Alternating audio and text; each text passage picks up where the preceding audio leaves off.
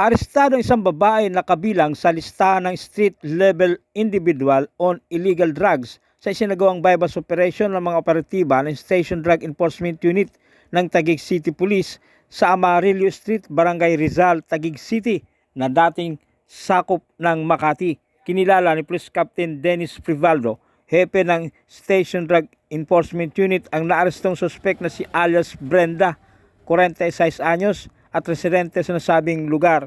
Naaresto ang suspek bandang alas 7:45 ng gabi na mga operatiba ng SDU sa kanilang kauna-unahang anti-drug operation makarang mailipat sa jurisdiksyon ng Taguig City Police ng ilang mga lugar na dating sakop ng Makati City Police. Ito ay kaugnay sa desisyon ng Korte Suprema na naglipat sa 10 Embo Barangay sa ilalim ng political jurisdiction ng Taguig City mula sa Makati City. Nakumpiska mula sa suspek ang 5 piraso ng heat-sealed transparent plastic sachet ng hininalang shabu na tumitimbang ng 20 gramo at may street value na 136,000 pesos. Maharap ngayon ang suspek sa kasong paglabag sa RA 9165 o ang Comprehensive Dangerous Drugs Act of 2002. Ang matagumpay na operasyon ay bunga ng walang tigil at mas pinaigting na kampanya ng Taguig City PNP kontra iligal na droga upang mapanatili ang kaayusan at gawing drug-free ang lungsod mula sa ipinagbabawal na gamot. Samantala, arestado ang 4 na suspek sa isinagawang bypass operation ng Station Drug Enforcement Unit sa Herrera Street, Barangay Aguho, Pateros. Kinilala ni Police Lieutenant Napoleon Tongco ang mga naarestong suspek na sina alias Hill, 46 anyos, alias Janet, 39 anyos, alias Almer, 34 anyos, at alias Makmak, pawang mga residente ng Barangay Aguho, Pateros. Ayon sa ulat ni Police Lieutenant Napoleon Tongco, hepe ng SDU, nagkasa sila ng anti-illegal drug bypass operation na nagresulta sa pagkaaresto ng mga suspek sa ganap na alas 10:35 ng gabi sa nasabing lugar matapos magbenta ng hininalang illegal na droga sa posture buyer kapalit ang bypass money. Nakumpiska sa mga naaresto ang 1 gramo ng hininalang shabu na nagkakalaga ng 6,800 pesos at na-recover din sa mga suspek ang bypass money. Naharap ang mga suspek sa reklamong kriminal sa paglabag sa RA 9165 o Comprehensive Dangerous Drugs Act of 2002.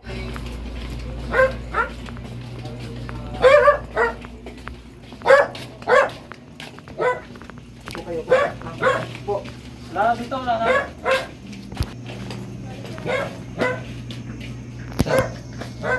Uy, dramatis dito. Oh, sige. Yan o. Po. Ayan si Media.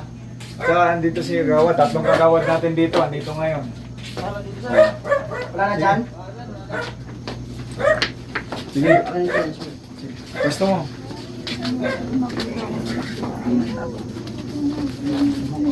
At? Apat sila. Sige. Ito nabila ko, sir. Oh, sige. Ako ka.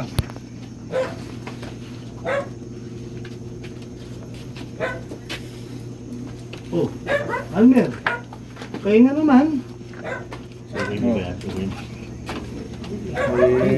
Magkapatid ka lang. Diba, Aquino, apelido nyo. Okay, ano?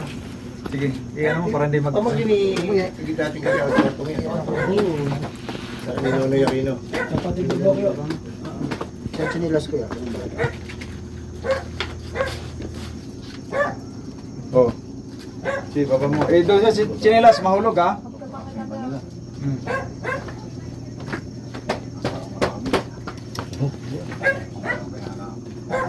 Oh. Sige, doon sa chinelas niya. Chinilas niya. Doon sa chinelas niya. Uy, baka mahulog, mahulog. Tabi mo ito ko. Oo, mahulog. Hmm. Ano yan, Sel? Nakuha mo, Sel? Cellphone, sir, saka ano ba ito? Ito lang po yun. Lipstick Cellphone lang. at saka- Ikaw dito muna. Ang paganda. Uy, tumakay na. Sige. Opo.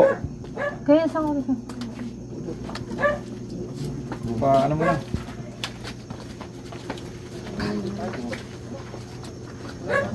Basahan mo ng karapatan nila, sir. Sige, sige.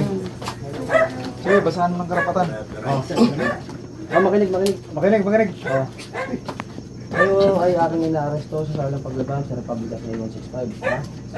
Kayo may karapatang manahimik at sa walang kibo. Ano man ang niyo sabihin, maaaring gamitin pabor o laban sa inyo sa anumang kumandit sa Pilipinas. Kayo may karapatang kumuha ng sarili ng abogado. Kung wala kayong kakayanan, pagkakalooban kayo ng isa ng ating gobyerno. Kayo may karapatang kumuha ng sarili ng doktor upang kayo suriin. Kung wala kayong kakayanan, pagkakalooban kayo ng isa ng ating gobyerno. Naintindihan niyo ba yung mga karapatan? Naintindihan niyo ba? Naintindihan mo? Naintindihan mo? Ikaw, ma'am, naintindihan mo? Sige.